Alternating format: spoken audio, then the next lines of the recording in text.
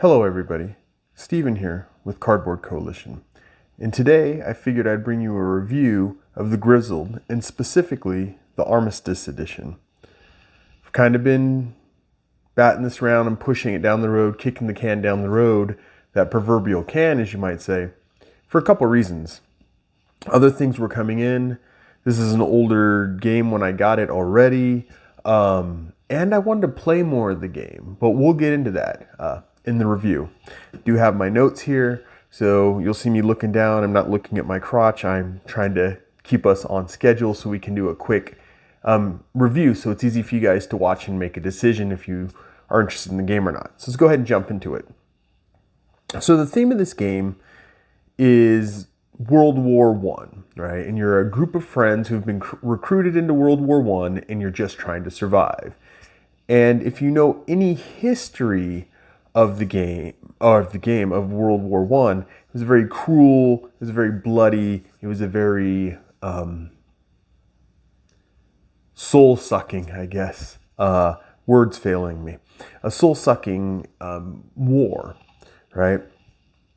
So this game in some ways does pull that, right? Does make you feel the sense of never-ending dread and loss, in fear, and hopelessness, right? The game does pull that off. Theme-wise, I think this game is really good. And now I am basing it off of the Armistice edition, where they set it up in chapters, and you play through this in chapters, and different things are added, right? There is a base game, and we'll talk about that closer to the end, or the original game, where it didn't have all the extra stuff kind of added in. You could play it as a one go through, one hand, look at it as one chapter, you just play through it, done, and we're done playing. This one's made where you're trying to make it all the way through the war. The group of friends are trying to make it all the way through the war. Now, I gotta move this a little bit. The mechanics. So this game is a co-op. You're trying to make it through the war together, and it's hand management. You get a hand of cards based on certain things, and you're trying to decide when you can play the card and when you don't want to play the card. When you want to step away from the battlefield, give a cup of joe to someone else, and let that round end out, right? So if you want to know how to play the game, now it's been so long, I'm not 100% sure. I'm about 100% sure I did a how to play. If I didn't, sue me, yell at me in the comments. It helps with comments, right? But if you want to know how to play, you can check that out. But basically, you're trying to play cards, and you have a no man's land in the middle of the board, which represents the war zone, no man's land, things, no man's land, things like that. And you don't want certain things to match. Like you don't want more than 3 snow cards out. You don't want more than 3 gas masks, things like that. So you're trying to choose your cards that you want to play. Like this one is actually a doozy. It's got a shell, it's got a gas mask, and it's got a whistle. And I might not want to play that. And then you have some cards that do things specifically to your person, change how your person wants to play. So it's hand management. It's trying to decide when to put that card down. You have to get the cards out of your hand. If you get all your cards out of your hand, you can step out of the field. Things like that. All right, so it's card management. Now, the ease of teaching, the ease of play. This is where it gets interesting in a sense. I think it's very easy to teach. You don't want 3 of a kind of anything. Environment, object, you don't want 3 of a kind, period. That's really easy to teach. Now, the things that kind of get added to it as you go, and this is the Armistice edition. The Armistice edition has At Your Orders. Let me glance, I did write it somewhere, yes. At Your Orders, which was the expansion for the original game, then they did the expansion. This has the original game and the expansion, and it's set up to be played as a whole campaign this way, and this is this edition. So, At Your Orders brings in these cards that the first player or the team leader has to pick one. I can't remember. I think they draw 2 and they pick one, they put it down. And it can either help or hinder you throughout that round, right? But you slowly learn this stuff. You go through boot camp, and we had a buddy who'd played this before when we originally sat down and played it, and he didn't want to do the boot camp, but the other two of us want to do the boot camp because it set us up. And it sets you up and it teaches you as you play through the game, right? The next one is recruits, which we haven't gotten to. It's chapter 3. We haven't gotten past chapter 2. And recruits bring in some extra stuff. You get some helping hands, but it explains at the point where you need the helping hands, it explains it, right? So it's easy to teach.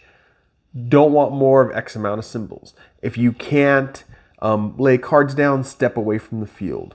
You give a cup of joe, which helps someone else. You have speeches, if you have them, that you can give that allow people to get things out of their hand, get cards out of their hands, things like that, right?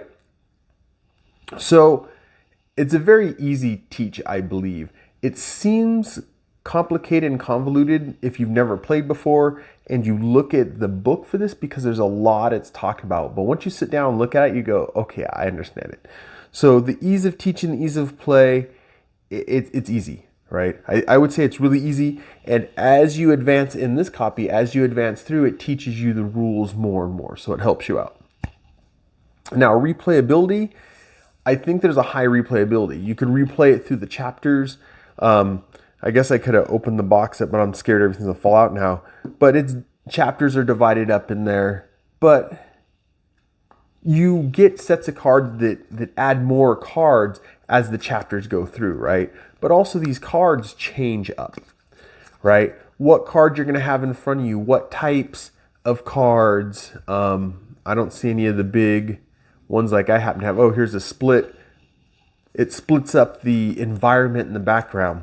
So I think the replayability is really good. I don't know if everybody's going to want to replay the entire campaign. So my thought was, once we played through the entire campaign, I can't remember if it's 9 or 12 chapters. Once we played through it and survived all of World War I, the friends get to go home. Then you could just play the base game, which is you're not trying to advance into the end. You just have a chapter is like a game instead of having multiple chapters, right? And in that, you could still play it over and over again because of the difference in the cards. So I think there's a high replayability there, right? There's a real good replayability. The production value. I think this version has an awesome production value. You get these little miniatures. They're pre-painted miniatures. So they're not a big thing. They just represent who you are. You're in the field or you're out of the field. That's all this represents. But the cardboard is nice, sturdy cardboard, nice solid cardboard. Your player aid's a good chunk cardboard. It's easy to flip over and see what you need to do. The cards are nice. I do have them all sleeved. I don't know if there's going to be a glare, and really tight sleeves, and they still bend the corners a little bit. But what happens is in this packaging, it's not set up to have the cards sleeved. And I even found cards that were sleeves that were shorter at the top than the recommended ones. And there's still some of the corners are bending a little trying to put it in here. And it's a very tight fit with the sleeves on. And these are thick sleeves though, granted. So, but the production value is actually really good. Now, the value versus cost. This is where it gets a little interesting.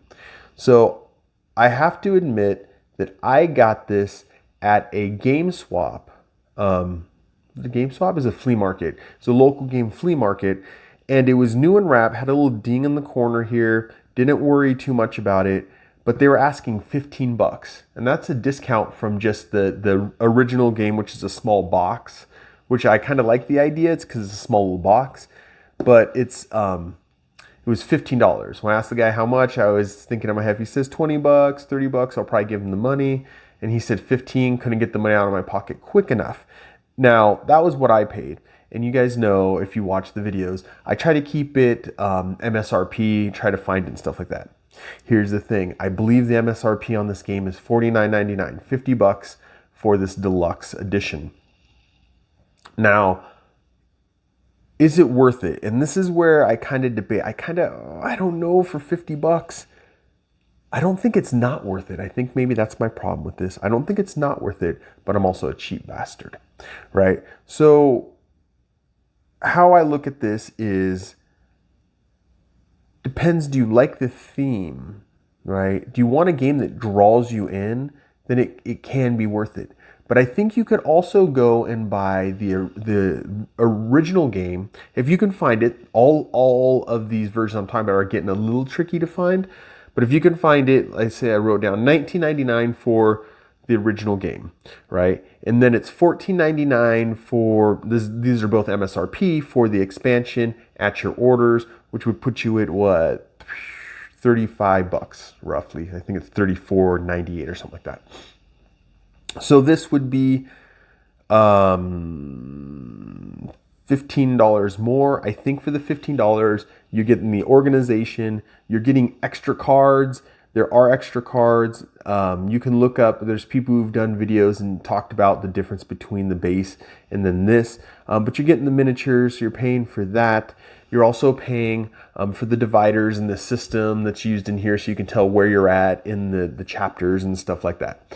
So I'm not entirely sure, right?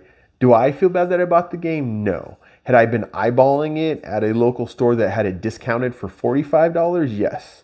I've been eyeballing it over and over again, which means eventually I probably would have picked it up, depending on where my wallet was at the time, what games, if I had bought any games that month, things like that, right? I would say if you're interested in the game, try to find the original game. You could probably find it on eBay. Even there, it's still going for 15, 16 bucks used, and starting there. And then you can get the expansion there. I mean, you could do that. So is the value there? As I talk around for 15 minutes on the value, who knows? It's not worth it. I guess that's how I'm going to put it. It's not worth it. Now, going back to the big thing, right? Or wrapping it all up, trying to do this quick review, I guess, is would I play this game again? Yes, I've been itching to play this game again. The thing is, one of the 3 people, and this is still, I have it all divided up based on the last group that I've been playing it with. Out of the 3 people, only 2 of us talk about playing it again. The third person's kind of a curmudgeon, is like, oh, I don't know, I don't like it that much. And, but 2 of us are like, we've both brought it up. My friend has brought up that they want to play it again, and I want to play it again. Just getting it out and putting it on the table makes me want to play it again. So would I play it again? Yes. Would I ask to play it again? Yes. But I think it depends on the group of people, right? And part of it might be because I haven't gotten all the way through all the chapters, so I'm worried about mixing up what's going on. I think if I've gotten, like I told you guys in the beginning, I figure once we play through all the chapters, then I can set it up just like a base game where you can just play a round or 2. You sit down and you play it, and it's setting the cards down. Are you going to make it or are you not? I still think that's going to be really fun. Easier to get people to sit down and play, just because games where you have to dedicate multiple days, you're less likely to get people. Like I say, I think there's 9 or 12 chapters. I have to look here. 45 minutes per chapter. So trying to get through one chapter is a 1 gameplay, right? Getting someone to come back again and again. If you guys play games, so if you're new to it, sometimes getting game groups is iffy. So would I ask people to play it again? Definitely, right? If I were to say any drawbacks for the game, it's the theme in some ways can be depressing. They're trying to survive World War I. But in some ways, and somehow, I don't know how they do it, Spaghetti Western Games, which is the designers, and CMON is the publishers, they did something right because it's endearing. This game is endearing. I want to see if me and my buddies make it through to the end. For some people, maybe it's a little dark. But beyond that, it's got a decent rating on BGG, 7.8. It's a mid-weight. It's a 2.49 or something, and it's weight. So the drawback to it, I guess, would be that maybe is the dark theme. And the other thing I would say is if you want to sleeve stuff, I wish they would accommodate for that. There's enough room in the box. They just had to change the tray a little bit. But beyond that, overall, I really like this game and I want to play it. Even though I push away from saying it is enjoyable, it's endearing. And I push away because of the subject matter. But it's endearing. It's a game that makes you want to play again. The one friend who doesn't want to play, my best bet would be is that you lose. And this game is set up to not be easy, right? And that's one of the things. You will lose because it's World War One. It's meant to kind of drag you down, pull you into the trenches, pull you into the mud. But you go, oh, am I going to make it? But when you do win, when you do pull it off, you're like, yes, we've done this, right? And it's not we've slayed a dragon, it's we've survived, right? So it's very interesting. But that's my review. If you can find a copy, you can find it at a deal, even better. If you're interested, I'm just cheap. $49.99, I think $50, or if you can find it for $45, you probably can find it for deal somewhere. If you can find it, they're getting harder to find. It's worth it. Go to game swaps and game flea markets and stuff and try to pick it up. I don't think you'll regret even if you pay full price for it. So that's my review of the Grizzled Armistice Edition specifically. This is from Spaghetti Western Games, and it's produced by CMON. I didn't read this in the beginning, but it's for 1 to 4 players, 14 plus, and it takes about 45 minutes a chapter. And I believe this version has 9 or 12. I want to say 12 chapters to the end. So that's my review. I hope you guys enjoyed. My name's Steven with Cardboard Coalition. I'll see you in the next one. Bye.